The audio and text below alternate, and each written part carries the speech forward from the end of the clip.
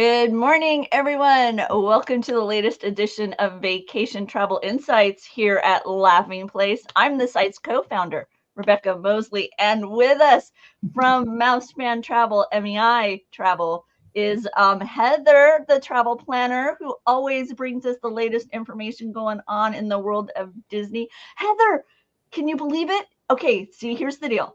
Last night at midnight starts my favorite time of the year, gingerbread season. We're beginning to already see gingerbread items popping up at Disney. I'm so excited.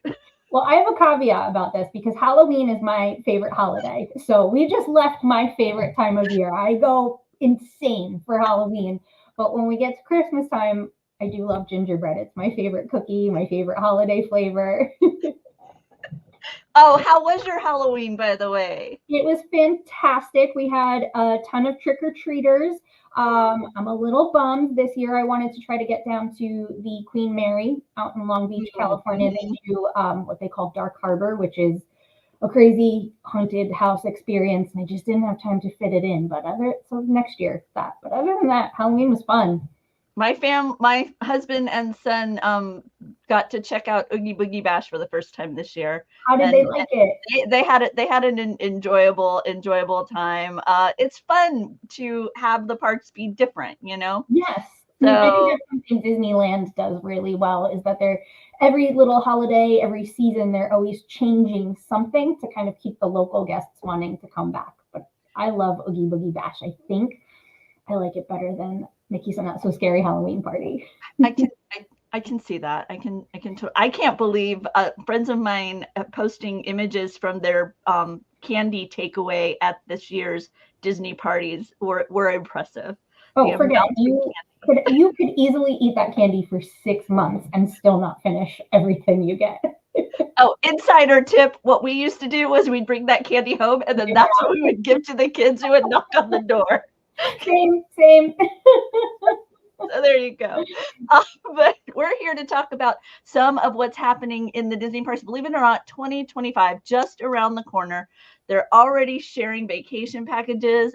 But what we want to start with is some new item that debuted kind of while I was gone. So Heather, you're going to bring me up to speed on this new Premier Pass. Yeah, this is the Lightning Lane Premier Pass. And I think that the response in the community has been mixed, as tends to happen when Disney releases something new. But this is Disney's response to Universal's Unlimited Express Pass. Universal has had either a one-time Express Pass or an Unlimited Express Pass forever. And I think a lot of Disney fans have been asking for something like that because as Fast Pass became Fast Pass Plus, became Genie Plus, became Lightning Lanes, I think it's gotten a little confusing for Disney fans, and they've just really wanted something that was simple and all they have to do is show up. And so enter Lightning Lane Premier Access. And essentially what this is if it is not free, you have to purchase it. But if you purchase this on that day that you have the Premier Access, you have access to every ride that's included one time. You don't have to select return times. You don't have to, be on your app deciding what time you want to go where. You essentially just show up, get to go in the Lightning Lane, and have almost no wait for those attractions. And then also PhotoPass Plus downloads are included with it as well.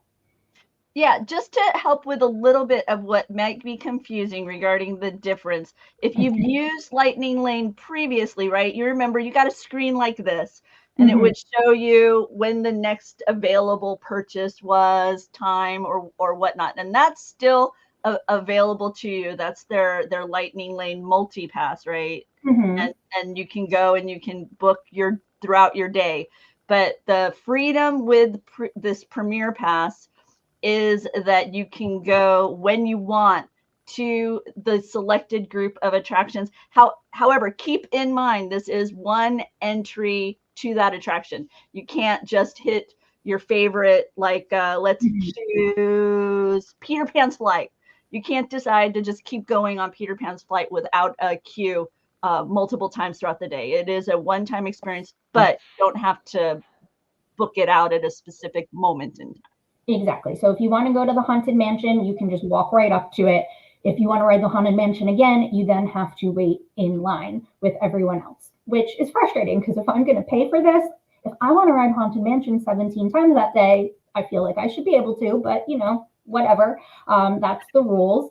I think it's also important to note that at Walt Disney World, when you purchase Premier Access, it is for that one park. So if you are going to the Magic Kingdom, it is only valid at the Magic Kingdom for that day. You cannot park hop with it. However, if you're using Premier Access at Disneyland, it is valid at both parks on one day. So if you purchase it on Monday you can start in Disneyland and end at California Adventure and go between them. So Disney World, it's for one park. Disneyland, it's for both parks. And it seems to apply to the majority of attractions. When you're looking over, like, here's the Magic Kingdom list, you can see marquee attractions like the newly opened Tiana's Bayou Adventures. Their Tron Light Cycle is there. When we look at when we look at Animal Kingdom, we see Expedition Everest. We see Dinosaur. I think of these as kind of their marquee.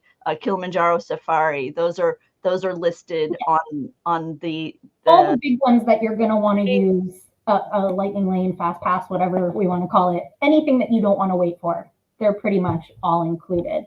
And that is nice because it isn't as sometimes it was kind of more challenging with the previous, was like, okay, what does this apply to? This one seems a much broader application. However, at Disneyland, Heather, I noticed that because virtual queue is currently being applied to Haunted Mansion because it's holiday theming, and Tiana is just about to open, those aren't listed. Those aren't listed. The virtual queue, they aren't listed as part of this offer. However, I think that will be updated as time goes on. Like when January comes or February when Haunted Mansion reopens, I'm pretty sure it'll. Well, it's listed. It's listed. They have listed Haunted Mansion is coming soon. So I'm assuming that means once that virtual queue is dropped and it's back to its classic form. And what's interesting is it says Pirates is temporarily included. So I'm wondering if that'll kind of drop off once we get Mansion back. And this is such a master class in Disney, right? Like everything they put out is subject to change at any time based on their research, their whims, whatever. So even though it says something today, tomorrow it could be different. So it's always important to kind of check the website or check the app before you purchase these. And I don't know. I guess a thing that we haven't mentioned yet, which is the most important thing, is that Premier Access is not available to everybody. Even though it is not free and you have to pay for it, it is only available to guests that are staying at the Disney Deluxe Resorts, the Deluxe Villa Resorts, Swan and Dolphin, or Shades of Green. So if you are staying at a moderate or value resort, you do not have access to purchase this. You would have to purchase the Lightning Lane multiple passes. And do you know kind of what the overall price range has been? So it actually because I know it changes. I know it changes at each park and each day. Just like Lightning Lane multi-pass has a flexible pricing based not only on the park and the day, the crowd level. It can change. If you decide to purchase it later in the day, it might cost more or less depending on, than if you would have purchased it in the morning, depending on crowd. So time of year affects price. So they actually just started selling this about 3 days ago. So it hasn't been something that's really been in practice. I haven't even looked at the pricing yet. I haven't. So knowing that Lightning Lane multi-pass is in the $30 per person per day range, I'm assuming this is going to be quite a bit more than that. Yeah. If anyone on the LP team is watching and wants to pop in with the reports on that, because I think that some of our team members have been tracking that information and might be able to kind of share a little bit more while we're sitting here chatting about other aspects of Disney vacation. Let's see, where would you like to go next regarding what's happening within 2025 at Disney vacationing? Well, why don't we start with Disney World since we're kind of touching on that now? And they have. Oh, Here we go. Doobie coming in with the first day of that Lightning Lane premiere. You were looking at $329 per person at Magic Kingdom, and $169 per person. Hollywood Studios $269 per person. Animal Kingdom $129, and then on the 16th, so that's like in a couple of weeks, and also as we're getting closer to kind of premiere holiday season, we've seen prices go up to $399 per person for the premiere pass. That's expensive, right? That's expensive. However, another way to look at it is that the only other way at Walt Disney World to have just front of line access to all of these rides would be to book a VIP tour guide. $399 per person is considerably less expensive than spending $2,400 and up per hour for a VIP tour guide. So no, you don't get the insider access. You don't have the help of a tour guide, but you essentially get the benefit of walking onto these rides.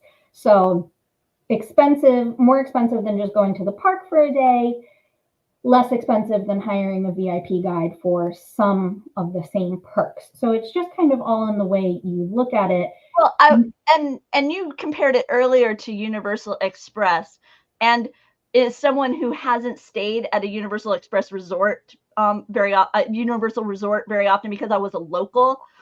The ratio of the Express Pass, if you were just going in and buying it in addition to a ticket, not as a part of a vacation package, was similar to this price range as far as the ratio of a day ticket and then adding this on. It's very similar kind of dynamic. Just about so it was one of those things that I think we did it once or twice over the course of all the years we lived in Florida, because like you were mentioning with the Disney one, for me, I'm not a thrill ride person.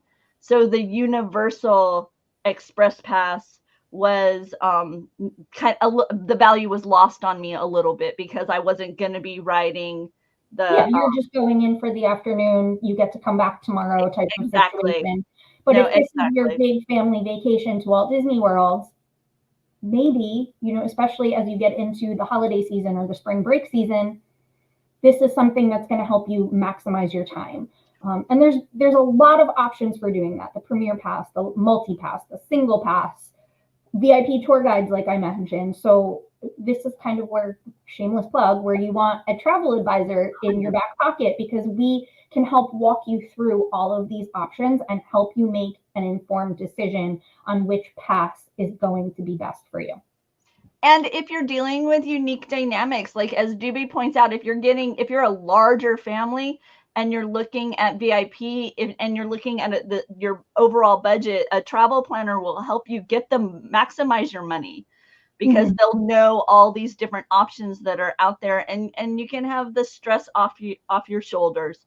And you don't have to do as much research. You just reach out to them and they'll let you know, okay, here, if you want to avoid the lines, there's this Express Pass, there's the VIP tour. They'll know which of these options or vacation packages is the best for you. And as deals pop up, if it applies to your trip, they're going to jump in and make you aware of it and help you out. Yeah, and I have a bunch of guides that I send to my clients that I update constantly, like, okay, it's getting time to make your Lightning Lane reservations here. This is what you're looking at. This is the options. This is how much it's going to cost, and kind of break it down in an easy to digest way for everyone, because Disney has made it so complicated to vacation with them over the past 2 years. You can't just show up. You couldn't show up before. You had to do a little bit of planning, but now that planning is so multiplied by all these different options that you really do want somebody that goes frequently, has experienced it for themselves, and is there to help you, because like we say all the time, it's no extra cost to you. You're going to pay the same price whether you book it on your own on the Disney website or you use a travel agency like Mousefan Travel. So why not have that? It's like a secret weapon in your back pocket. Exactly. And so we're going to start talking a little bit about some of the deals that are out there right now, some of the packages that they're offering. What do they have coming in 2025, Heather? So this one at Walt Disney World was just released a couple weeks ago, and it's essentially a room discount. So for stays in early 2025, specifically January 7th through March 20th. I'm sorry, I am looking at Disneyland. Those are not the correct dates. January 1st through February 20th, you can get up to 20% off a room stay. And then even further, after that February 20th discount disappears, a better one comes in, so you can save up to 25% off from February 23rd through April 30th, and that's on your room rate. So 20% off in January and February, and then late February through April, 25% off, up to. So in Disney speak, that means the value resorts will offer less of a discount, and the deluxe resorts are going to offer the maximum discount. So just because you see 25% off, it really depends on which hotel you book. Oh, okay. Well, there we go. I didn't know that. Yeah. So, for example, I have the pricing up right now. The All Stars Pop Century would be 10% off. Oh, and Caribbean Beach is included in this too, which I think is interesting. In January, early February would only be 10% off, whereas in the deluxe resorts are going to be getting that full 20% off. Late February through April, those value resorts are going to be getting 15% off, whereas the deluxe resorts will be getting 25% off. So the higher level of hotel you stay at, the higher level of discount. As you're looking at some of these rates and discounts, is there any particular resort that makes you think, oh, hey, this is a good time to dive? If I've been considering this is a good time to dive in and finally try out X. I mean, if you have always been on the fence about trying a deluxe resort, perhaps you're one of those people that say, I'm a Commando Park goer. I get there at rope drop and I don't get back to my room until the end of the night, and I only use this to sleep. Maybe it's time that you try a deluxe resort. You're going to get 25% off. You can pencil in one day of your trip to say, you know what, I'm actually not going to go to the parks today. I'm going to see what these deluxe resorts are all about and use the amenities, because they have incredible restaurants. The pools are phenomenal. They have a full slate of activities that the value resorts don't have. So maybe this is a good time to try that out. And so when we're talking about deluxe resorts, which specific Walt Disney World resorts are we looking at that fit under that umbrella? So these are the ones, obviously, that are most expensive, but you get a lot more value for your dollar. Things like the Contemporary, Boardwalk, Beach Club, Grand Floridian, Polynesian, Animal Kingdom Lodge, Wilderness Lodge. All of the Riviera Resort is a deluxe villa resort. So when we say deluxe, we're also talking deluxe villa, the ones that have the kitchenettes or the 1 bedrooms, 2 bedrooms, things like that. So the hotels that tend to be closest to the theme parks, the ones that have balconies, the multiple restaurants, the multiple pools, these are the deluxe resorts.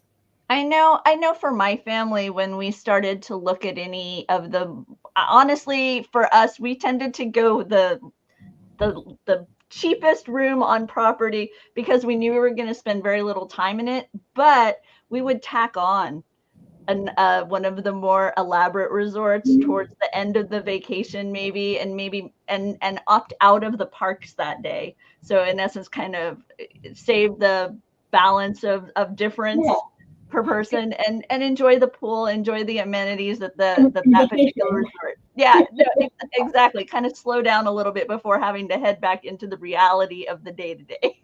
I find it very interesting because a lot of my clients are like that. We just want the basic hotel. We're going to go to the parks all day because the parks are great. And I find that people that think like that have not experienced a deluxe resort because they don't realize all there is to do at those resorts. The value resorts are great, but they don't have the same amenities that a deluxe resort does. Like I mentioned, a full slate of activities beyond just a pool party. There's different crafts. Sometimes there are wine tastings, there's foodie tours, there's different bike rentals, boat rentals. In the case of like some of the new DVC resorts, there's even horseback riding. There's tons to do that don't involve going to a theme park.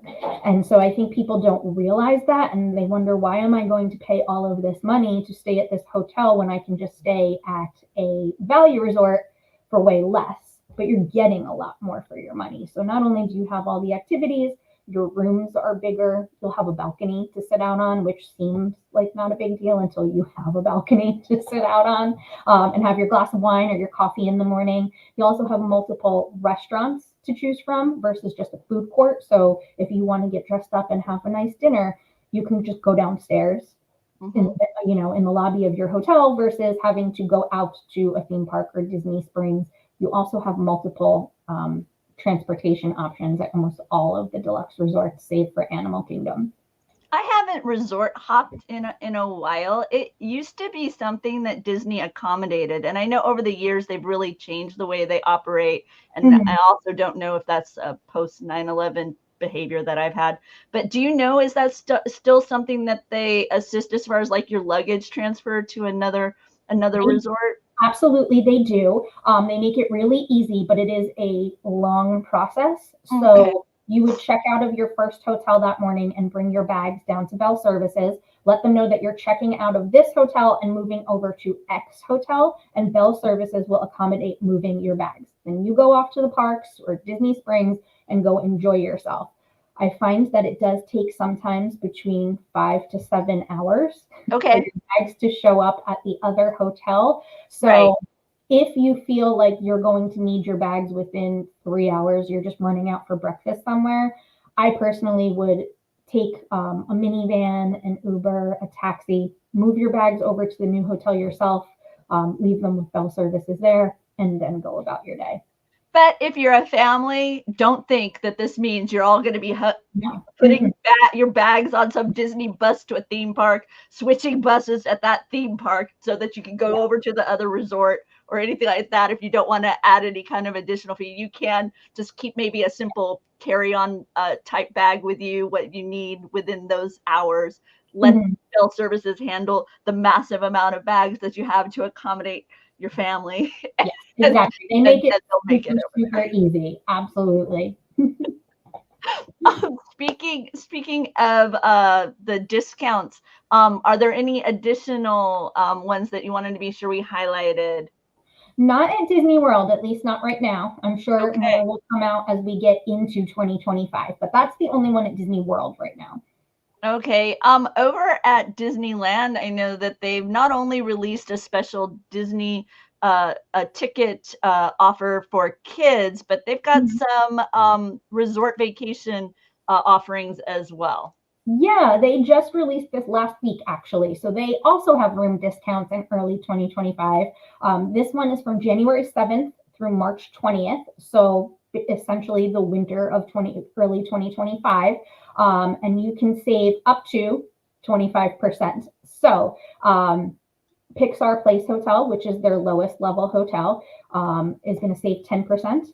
Disneyland Hotel and the Grand Californian will save up to 20%. And then Disneyland hotel stays of 4 nights or more get up to 25% at any of the hotels. Okay. Oh man, that new Pixar hotel is so pretty. So cute. It is such an upgrade over what it was before. Before, I never really wanted to stay there because it is a little bit further from the parks than the other two. And it just, didn't quite have the same magic. It's a hotel that Disney bought years ago and took it over. And now since that redo, it is fantastic. It is so cute. And the addition of the Villa Tower at the Disneyland Hotel, I wasn't sure, it's one of those things where when it's in development, you're like, oh, how is this going to hit? And it's like, now that it's going to be like almost 4 walls around around the pool, but they've done the hotel itself brings such a beauty to the area, and that splash pad that they have Oh, it's with fantastic. The mural in the lobby. In fact, I haven't stayed there yet. My husband and I are talking. We're like, so like January or maybe even early December, do we go down and just stay at the villas and not even go to the parks? Because they're so nice. So that's on our radar for very, very soon. Oh, and there's all these beautiful cushy lounge chairs. I Mm-hmm. just every time I'm there, I'm like, oh, I just want to curl up and with a good book right here. This is Yeah. like a Mm-hmm. great spot.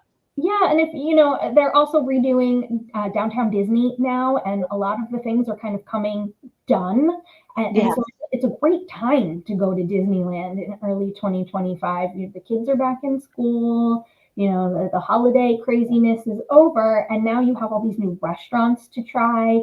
Um, it's a great time to do a staycation. If you're a Californian like me, you don't have to go to the parks. You can book yourself a hotel room for 1 or 2 nights and just go enjoy. And California weather, Southern California weather, January, February, that is some nice, nice weather. It's genuinely perfect weather. No humidity, sunshine every day, 75 degrees. You might get a sprinkle of rain once a week, maybe if we're lucky. Maybe, maybe. For some reason, come January, I feel like that beautiful blue sky and just clean Mhm. air is Yeah. so profound. Yeah, my birthday is in February, and I think since I've lived in Southern California, there's only been 1 year where it's been gray and cold, meaning in the 60s. Usually it's in the 80s, and I'm in a tank top.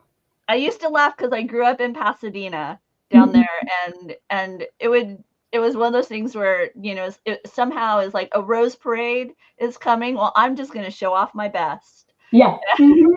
It would just become perfection. It would just kind of that glow of the beginning of the year would just kind of stick with it Yeah. for a Mhm. while.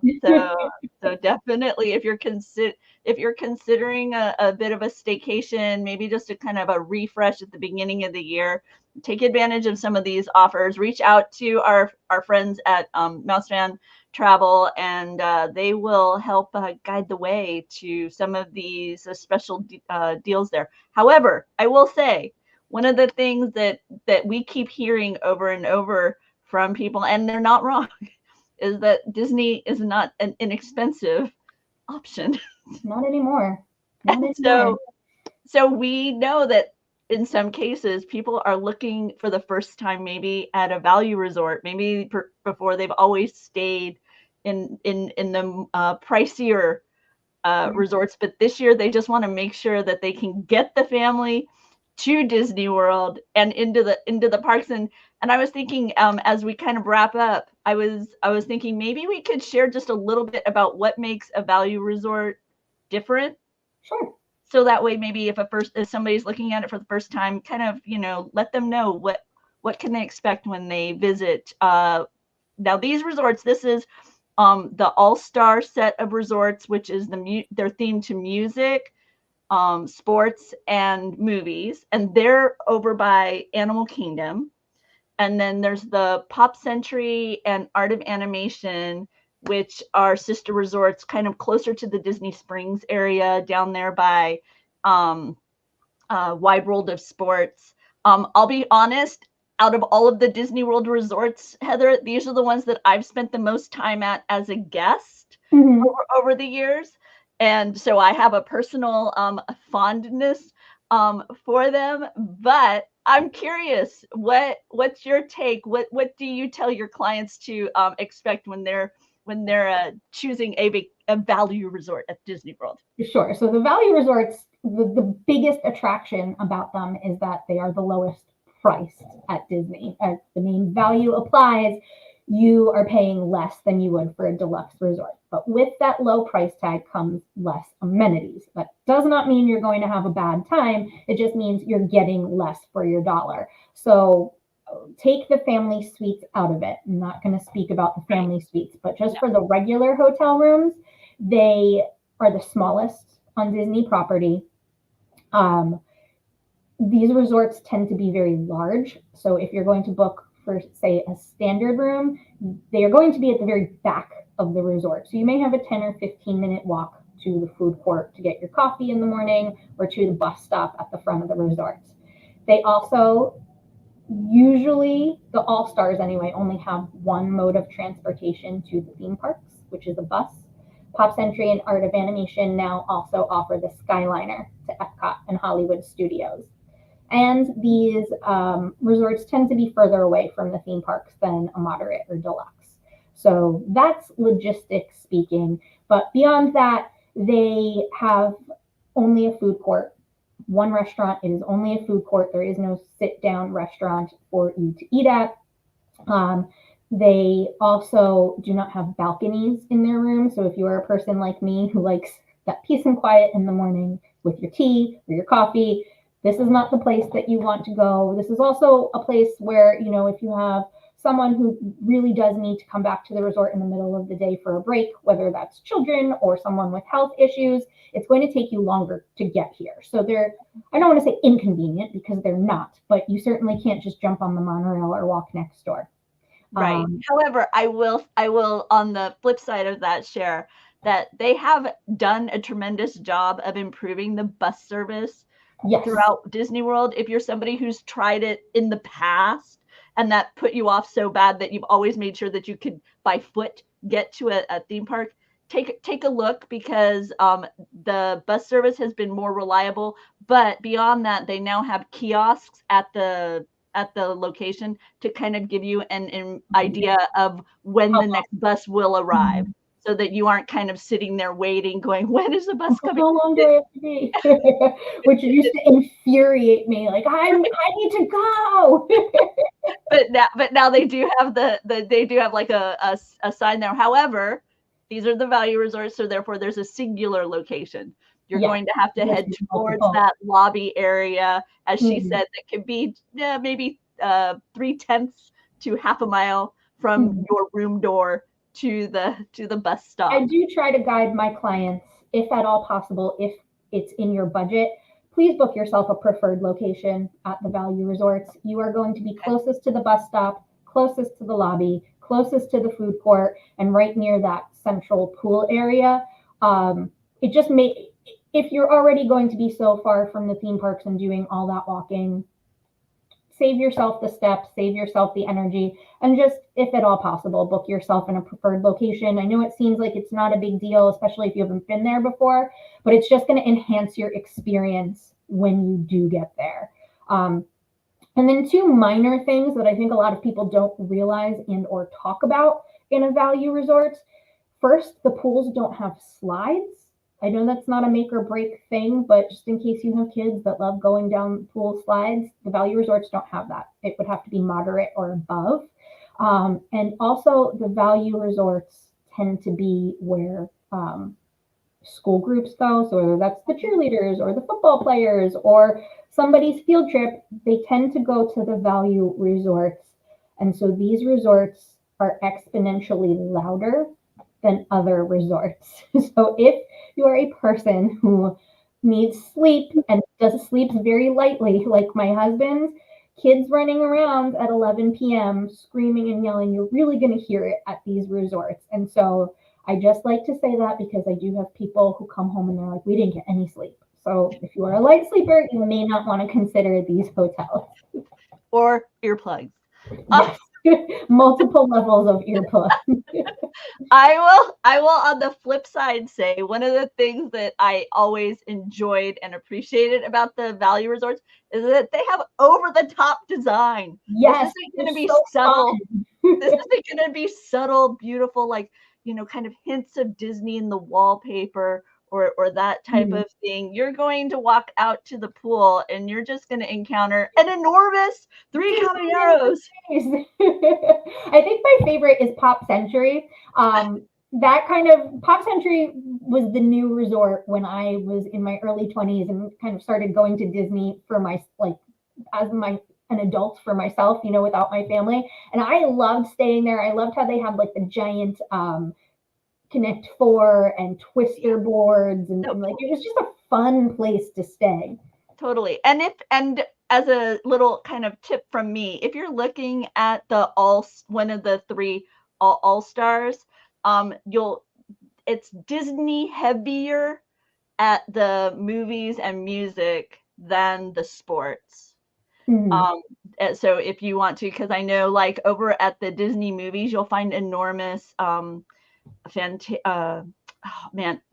Bug representation of Herbie. You find representations from Fantasia, 2000 over at the movies. So yeah, just kind of putting that out there if you're looking at those. By the way, another aspect of the All-Star Doobie is okay. So my husband's very first trip to this is so funny. My husband's very first trip to Walt Disney World before we were even dating, when we just met actually.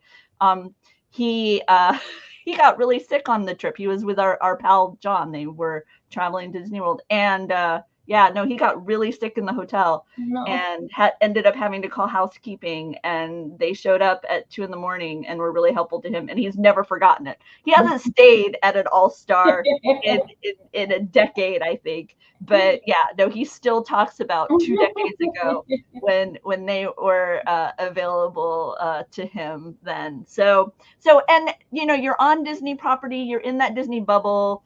You've got the bus service to the parks, so and you have you're not having to rent a car to theme parks. Like it's a great way to get your family to Disney on a budget for sure. It's just you have to really think, and this is what I try to guide my clients with. Try not to think in terms of price at first. Think what is important to you on vacation. Right. What is going to make your vacation the best possible, or what is going to make you miserable? Is it you have to walk to the food court for 20 minutes every morning just to get your cup of coffee, and you know that you don't like to speak to anybody if you don't have that coffee? Maybe that's not the type of resort. So think of what's important to you, what will make or break your vacation, and then we can go and look at resorts that fit that. Maybe you have to go up a couple $100 in budget to kind of achieve that, but is that worth you having a good experience? 100%. And that's where a travel planner is so helpful, because they'll ask you these questions to help you really understand what it is about the Disney experience that connects with you, that works for you. And by the way, I want to say, if you're beginning to think, hey, maybe I'm not going to hit Disney this year, maybe I want to go some other place, reach out to the people at Mousefan Travel, because they do travel well beyond Disney. They're quite. We have a whole branch that is not Disney, not even other theme parks, just the whole world. And I've seen that a lot with my clients over the last year and a half. Unfortunately for them, Disney has become so expensive and so complicated that they're like, why am I going to spend $10,000 to go to Walt Disney World? I could go to Europe. I've always wanted to go to London. Can we go there? And so I've seen a lot of uptick in that way of thinking of, well, maybe I just do Disney World every other year now, and now I can go explore other parts of the world because it is so expensive. So we can help with that. And, whether that's a cruise or it's a guided tour, or we put together a package where you go around on your own, we can totally do that. And one of the things about the team, specifically the travel planners at MEI, is that they have such experience with Disney, and they understand what it is to be a Disney fan and having vacation there year after year. They have a really solid idea of what your expectations are as far as guest service, as far as what type of room you've been in from year to year.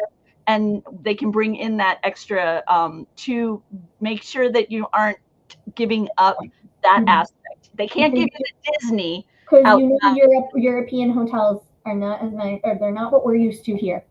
So we will help you manage expectation. And if you do want to explore, maybe you always wanted to go to Paris, but while you're there, you want to do Disneyland Paris, we can help you with that and kind of help you through that process, because even the foreign Disney parks operate very differently than what we're used to here. So we have you covered on all ends.